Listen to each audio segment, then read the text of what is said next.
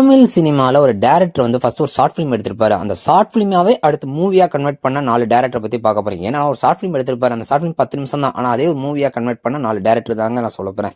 இதில் first one யாருன்னா SU Arunkumar தான். இவர் வந்து ஷார்ட் ஃபிலிம் வந்து பண்ணையார் பட்மின் எடுத்தாரு, அதே தான் மூவியாகவே எடுத்தாரு. அந்த மூவியில் வந்து பீடா நடிச்சிருப்பாரு பார்த்தீங்களா, ஆனால் அந்த ஷார்ட் ஃபிலிமில் வந்து அவர் தான் விஜய் சேதுபதி ரோலே நடிச்சிருப்பார், பாலசரவணன்.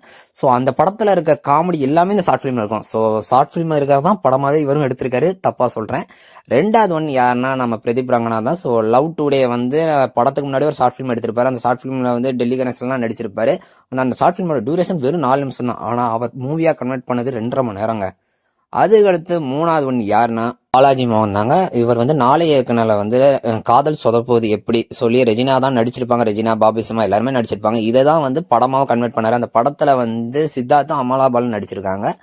அதுக்கடுத்து நாலாவது ஒன்று யாருன்னா மேயாதமான் தான். ஸோ ரத்னகுமார் தான். இந்த படத்தில் வந்து அந்த படத்தில் இருக்க எல்லா சீனுமே இந்த ஷார்ட் ஃபிலிமில் ஒரு 30 நிமிஷம் அந்த ஷார்ட் ஃபிலிமு. அந்த ஷார்ட் ஃபிலிமில் வந்து ஃப்ரெண்டாக யார் நடிச்சிருக்காங்கன்னா மேயாதமானில் நடிச்சிருக்காரு வினோத். அவர் தாங்க இந்த படத்துலையும் வந்து ஃப்ரெண்டாக நடிச்சிருக்காரு. மினிமம் சொன்னோம்னா அந்த ஷார்ட் ஃபிலிம் தான் இருக்கல டியூரேஷன் கூடவே.